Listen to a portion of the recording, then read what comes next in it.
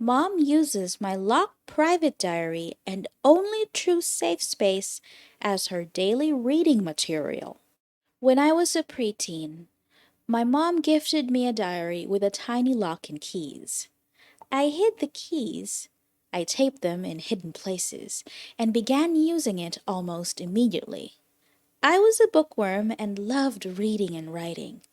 I was also quite neglected as a child, so my diary was the only place I could express myself and feel heard.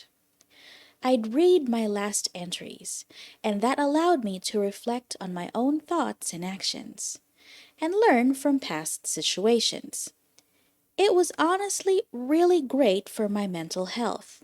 For a time, my mood and mental health improved. Time passed. I couldn't tell you how long, probably a few months. Shortly after, I wrote an entry talking about my first wet dream, a few seconds of feet peeking out of bed sheets, nothing truly not safe for work.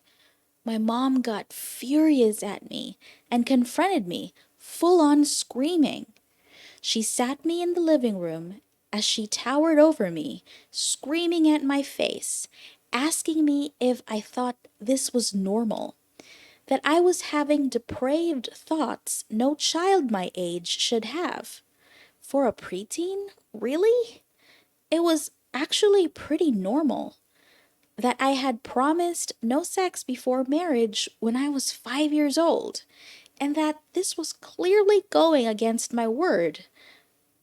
I tried to defend myself at first and protest, not understanding how she even knew about it, but she took out the unlocked diary as proof of my depravity, and my attempts at defending myself, it was just a dream, just fueled her anger more. I sat there, silently crying, answering quietly whatever she wanted me to say to whatever she asked, because nothing else would stop her escalation of screaming. I felt betrayed. My locked diary was my only safe place in that home. I was careful with what I wrote in my diary after that incident and set a few tests to check if I was still having my locked diary read without my knowledge or consent. I did this by writing about innocuous incidents in a way that could have sounded like it was more than it was, knowing it would prompt questions out of curiosity. Every time. It didn't take more than 2 days for the questions to come.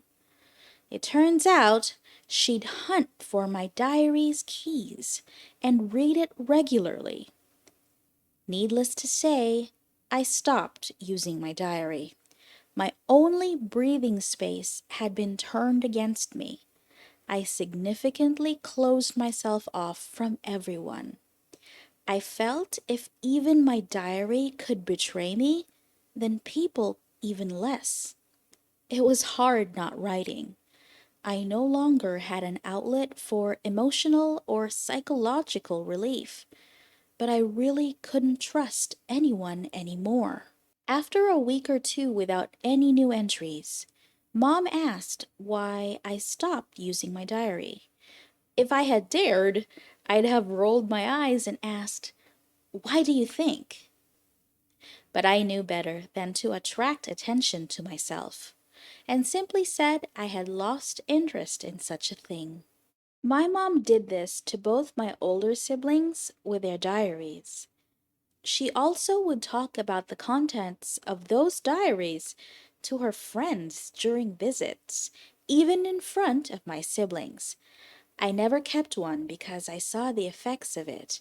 As a result, I still can't get myself to note down even important information because of the distrust of written evidence I got from my mom. Counseling is helping, but that distrust is really deep set. My mom did something similar, so I started writing in code. I remember her face when I walked in and she couldn't read it. Demands I decode it were met with absolute crap eat grin and a no. as we did in previous generations, time to keep 2 diaries and start making up some seriously weird crap. Like you are planning to write Broadway plays, so have been sending money to a theatrical agent from your parents' account. They will lose their freaking minds looking for the transactions. Write about kids who don't exist. Go into graphic detail about dissecting a frog or a pig heart, etc. Make it not worth their while, or just plain boring stuff. Had tacos for lunch. Shrank my socks doing laundry. My mom used to do this to me when I was younger, up to when I was 14.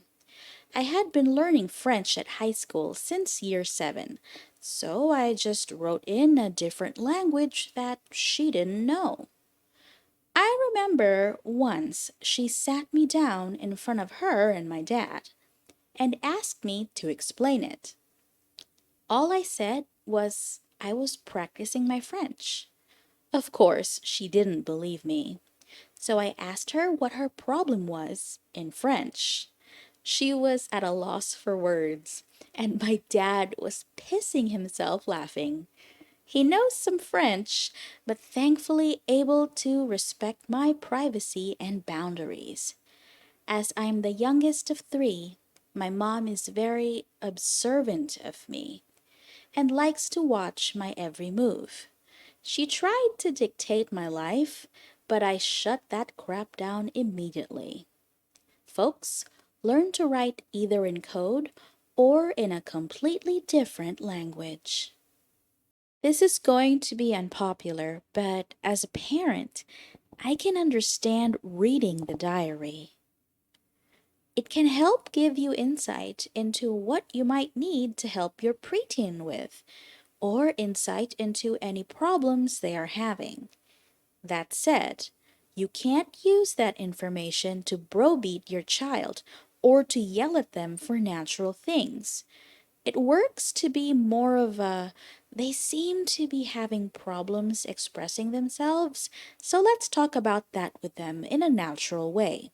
Or, they seem to be having problems with figuring out their sexuality. Maybe I should invite my gay friends over for a dinner party so they can get exposure to other lifestyles. You should always be looking for ways to help your child grow and become a better, more stable person.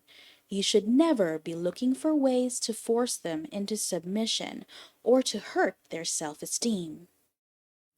That last bit was really good advice, but I don't think it's any of my business to look into my kids' diaries, or any diary, if I didn't have permission to read any of it. I kept a diary when I was younger, but I wasn't good at writing every day and I just lost interest. That said, for whatever reason this mom had, her reaction to her son's diary could have been better. Also, I have a suspicious feeling she gave it to him on purpose, so she could spy on his feelings, which is a big no-no for me.